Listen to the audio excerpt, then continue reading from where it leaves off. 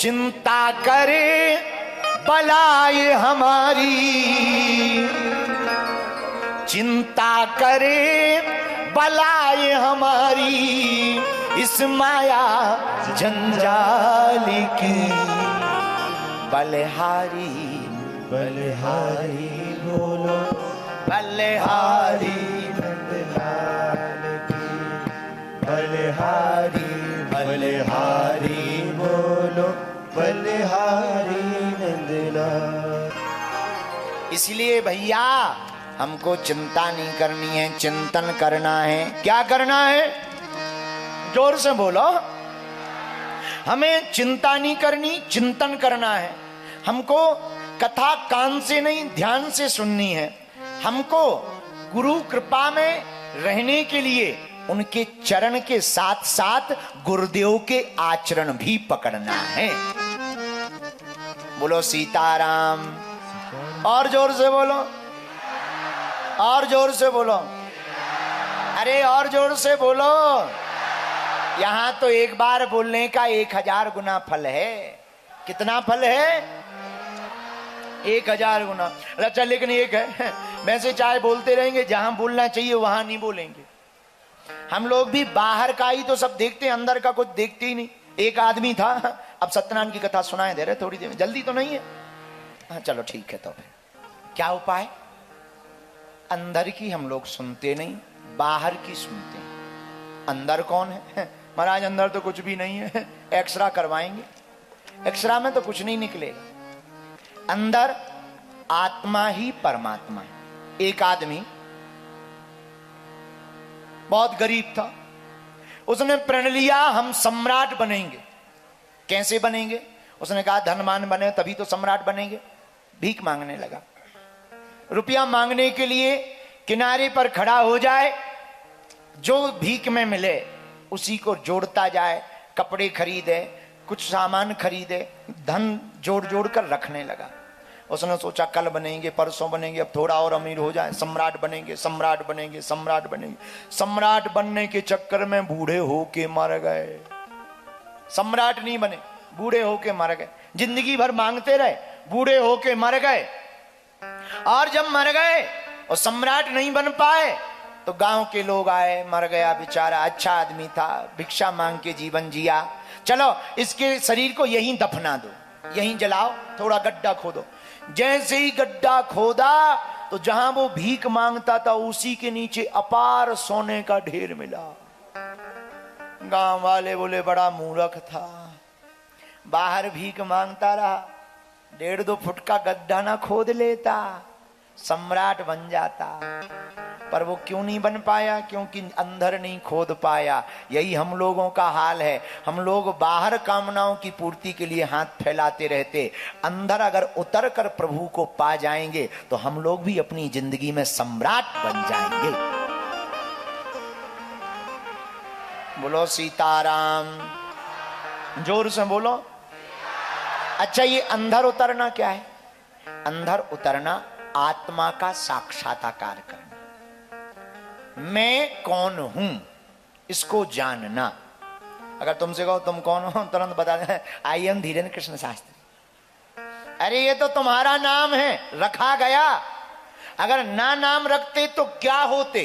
कौन हो ये बताओ। ये नाम तो बाद में मिला, जन्म तो तुम्हारा पहले हुआ, नाम बाद में मिला। तो ये बताओ नाम जो मिला वो तुम नहीं हो, जो जन्म हुआ तुम वो हो, और वो कौन हो? महाराज ये तो पता नहीं है। बस इसी का पता लगाना ही तो जीवन की यात्रा है। मैं कौन हूं, किस लिए आया हूं और क्यों आया हूं? तो एक संत ने उत्तर दिया, जाति हमारी आत्मा, प्राण हमारो नाम, अलख हमारा इष्ट है, गगन हमारो ग्राम। हमारी जाति आत्मा है, प्राण हमारा नाम है, अलख हमारा इष्ट है, गगन हमारा ग्राम है। तो मैं कौन हूं? अंग्रेजी में से कहते हैं हु आई एम। मैं कौन? अच्छा लेकिन मैं बड़ा खतरनाक भी।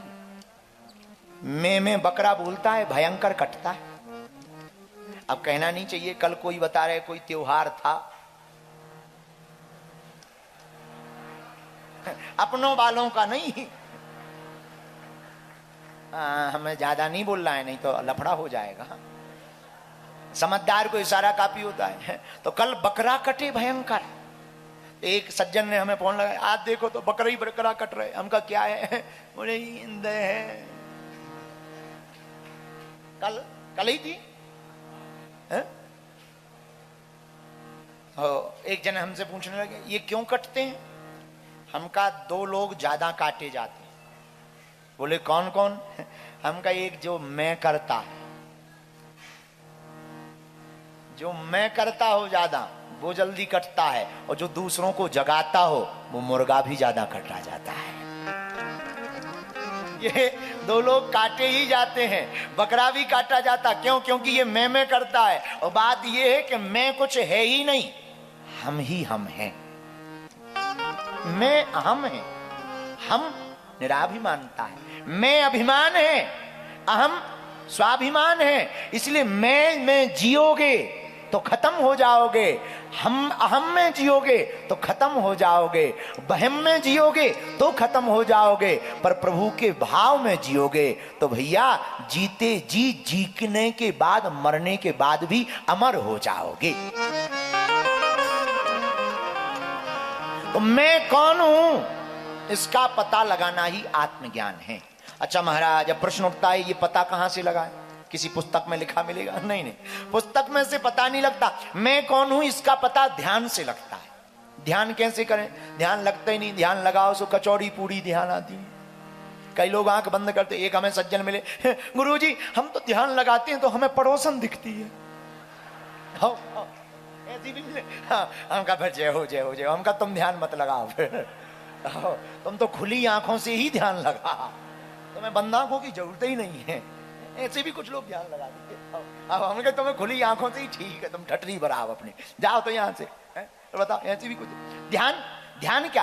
आंख बंद कर लेना अंधेरा ध्यान नहीं है। आंख बंद करके अपने आज्ञा चक्र पर फोकस करना, यहां पर केंद्रित करना, मैं कौन हूं उसमें उतरना, शांति रखना, मौन होना। मौन में बहुत ताकत है, याद रखना, मौन में बहुत ताकत। अच्छा सुनो, ऐसे समझो मौन की ताकत और बता दे। भगवान ने कान कितने दिए और मुंह? भगवान स्पष्ट कह रहे हैं सुनो ज्यादा बोलो कम। सुनने को डबल इंजन है, बोलने को एक ही मशीन है। अच्छा हम लोग उल्टे हैं, बोलते ज्यादा है सुनते कम, उल्टा कर देते हैं। इसीलिए ध्यान में जाने के लिए पहले मौन हो। अच्छा मौन वाणी भर से नहीं, मन से भी मौन। कुछ लोग वाणी से तो मौन हो जाते हैं, भीतर ही भीतर। एक हमारे साथ में पंडित जी रहते थे, तो उनकी आदत थी कि वो जब तक जप ना कर ले तब तक बोलते नहीं थे। और वो भोजन में भी नहीं बोलते थे। तो 1-2 बार हमने देखा, पर वो बड़े खब्बा थे, खाने के बहुत शौकीन।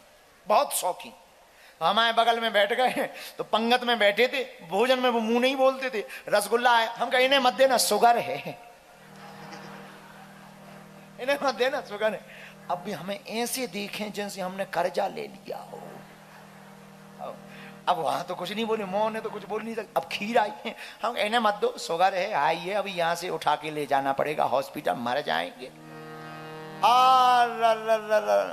अब जब वो निकल गया तो उसके पास भागते गए।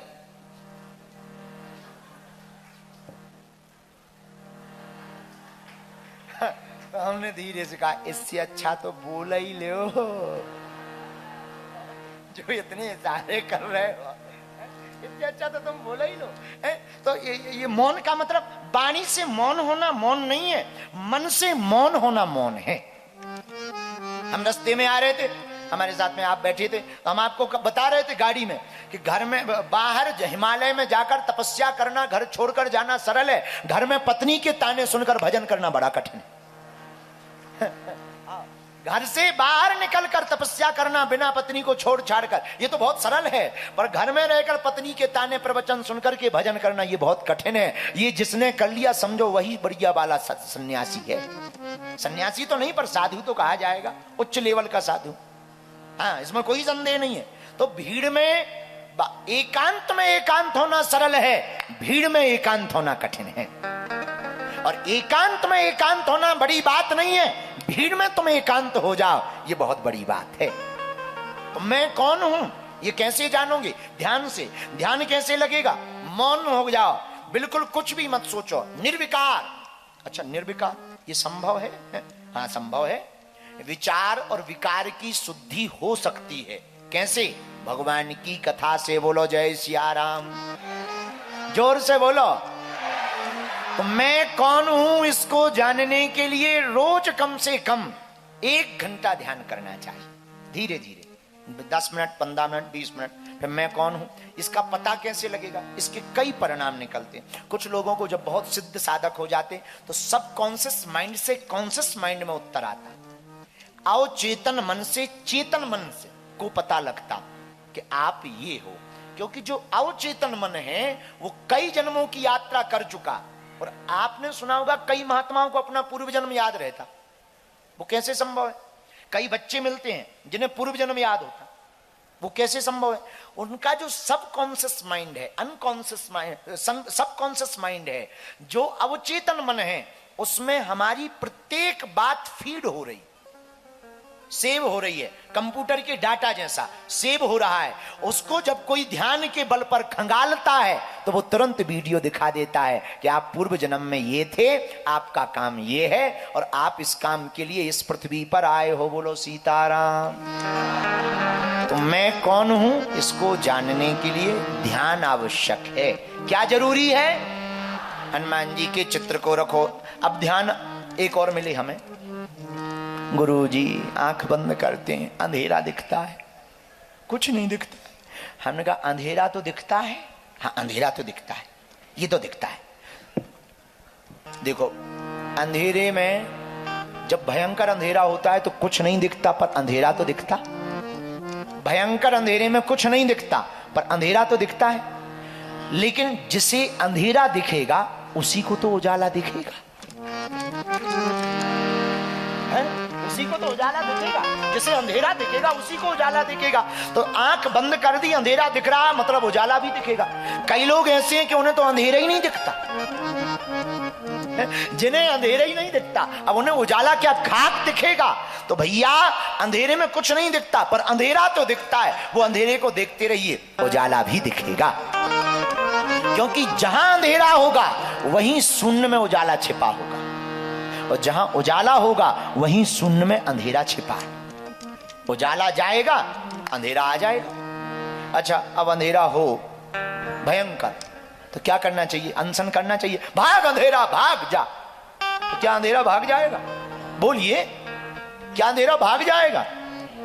देखो कुछ युक्तियां होती हैं, संतों के पास युक्तियां रहती हैं। जैसे सीधी उंगली से घी ना निकले तो क्या करना चाहिए? है टेढ़ी करनी चाहिए। घी को गर्म कर देना चाहिए। हर बात पे उंगली करनी चाहिए क्या? हर बात पे उंगली करनी चाहिए क्या? अरे भाई सीधी उंगली से घी नहीं निकलता है, टेढ़ी क्यों? गरम करो, घी को गरम कर दो, पूरा निकल आएगा बाहर। नहीं नहीं नहीं, तुम्हें तो उंगली है। बेफिजूली की बात है। तो हर चीज की युक्ति होती है, यही गुरु के पास होता है। तो हमको अगर ध्यान में कुछ ना दिखे तो घबराना नहीं चाहिए। ध्यान में ध्यान को देखने की कोशिश। अच्छा ध्यान में देखना क्या है? एक प्रश्न ये चैप्टर आज क्लोज कर दें, बहुत अच्छा लगेगा आपको ये चैप्टर, इसका अभ्यास करने पर। ध्यान में देखना क्या चाहिए?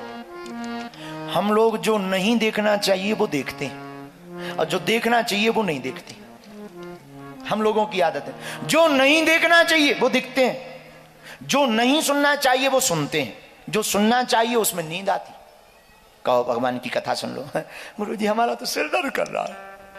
सोते नहीं ना, सिर दर्द कर रहा। अभी फिल्म दिखा दो, आंखें मीड़ मीड़ देखेगा। थोड़ा बैक करो, हम देख नहीं पाए। जो नहीं देखना चाहिए वो देख रहे, जो देखना चाहिए वो नहीं देख रहे। देखना क्या चाहिए? मंदिरों के दर्शन करना चाहिए, संतों को देखना चाहिए, संतों के आचरण को देखना चाहिए, माता पिता के आचरण को देखना चाहिए, सत्कर्मों को देखना चाहिए, सद्विचारों को सुनना चाहिए, गंगा को देखना चाहिए, सूर्य को देखना चाहिए, अपने आप को देखना चाहिए, आत्मनिरीक्षण करना चाहिए, सत्कर्म व सज्जन व्यक्ति के आचरणों को देखना चाहिए, इनको देखना चाहिए, दुर्जनों को नहीं देखना चाहिए। लेकिन ध्यान, ये तो हो गई जागने की बात। आंख बंद करने के बाद क्या देखना चाहिए? तो अगर आप ध्यान में उतरना चाहते हैं, अगर आप किसी भगवान को मानते हैं, तो या तो उनके चित्र को आंखों में लाने की कोशिश करें। नहीं मानते हैं, माता पिता को मानते हैं, उन्हीं का ध्यान करिए। आत्मा ही परमात्मा है। अगर वो भी नहीं दिख रहा है, अपने आप को तो मानते हो, अपने को ही देखने की कोशिश करो। और आप अपने आप को ही जब ध्यान में देखने की, भगवान को ध्यान में देखने की कोशिश करोगे, तो जब अपने आप के स्वरूप को जान जाओगे, तब उसी ध्यान में आप यह भान कर जाओगे, हम कौन हैं, किस लिए आए हैं। या तो ये स्वप्न में दिखाया जाएगा, या ध्यान में ही बैठे बैठे आप देख लोगे, सत्य को पालोगे। उसी दिन आपका जीवन जीने का, जन्म लेने का सिद्धांत सिद्ध हो जाएगा कि आप पृथ्वी पर इसलिए आए हो। बोलो सीताराम सीताराम। बाकी तो ऐसा है कि जिए जा रहे हैं, जो कोई करवा रहा करे जा रहे हैं। हम लोगों को धर्म भी कर रहे, पता ही नहीं धर्म हो भी रहा कि नहीं हो रहा, कर रहे कि धर्म हो रहा। एक महात्मा ने अपने चेलों से कहा, परोपकार करो, परोपकार। परोपकार में गालियां भी मिले तो सुननी चाहिए। 3 शिष्य थे, तीनों गए, शाम को वापस आए। गुरुजी बोले, कोई परोपकार किया? हाँ गुरुजी। क्या किया? हमने एक बूढ़ी माताजी को रोड पार करवाया। बहुत अच्छा, बहुत अच्छा। दूसरे से पूछा, तुमने परोपकार किया? हाँ गुरुजी। क्या? हमने भी उसी बूढ़ी माताजी को रोड पार करवाया। सामान होगा, गुरुजी ने सोचा, सामान होगा तो 2 लोग लग गए। तीसरे से पूछा, तुमने क्या किया? गुरुजी, हमने भी उसी बूढ़ी माताजी को रोड पार करवाया। गुरुजी बोले, 3 लोग एक वृद्ध माताजी को रोड पार कैसे करवा रहे थे? बोले, दरअसल गुरुजी वो रोड पार करना नहीं चाह रही थी और हमें परोपकार करना था। वो रोड नहीं पार करना चाह रही थी, हमें परोपकार करना था। तो एक ने पकड़े हाथ, एक ने पकड़े पैर और एक ने पकड़ा सामान और पार ले आए। महात्मा जी बोले, गुरुजी बोले, गाली नहीं पकड़ रही थी? बोले, भयंकर। तो बोले, वो जब वो गाली दे रही थी तो तुमने रुके नहीं? तुम बोले, वाह गुरुजी, तुमने ही तो कहा अच्छे काम में गालियां भी मिले तो सुन लेनी चाहिए। बताइए, ऐसे भी हम लोग परोपकार कर देते हैं। अब बताइए, इसे तुम परोपकार नाम दोगे? है ये क्या परोपकार है? ये धर्म, तुम जिसे तुम ये धर्म मान रहे, ये भी एक प्रकार का अधर्म है। ये परोपकार नहीं है। परोपकार क्या है? बुरा ना मानना। परोपकार वो है जिस पर हम उपकार करें ना तो उसे पता लगे, और हमने किया तो ना हमें भान रहे कि हमने किया। यह सच्चा परोपकार है। बोलो सीताराम। जोर से बोलो, और जोर से बोलो, और जोर से बोलो।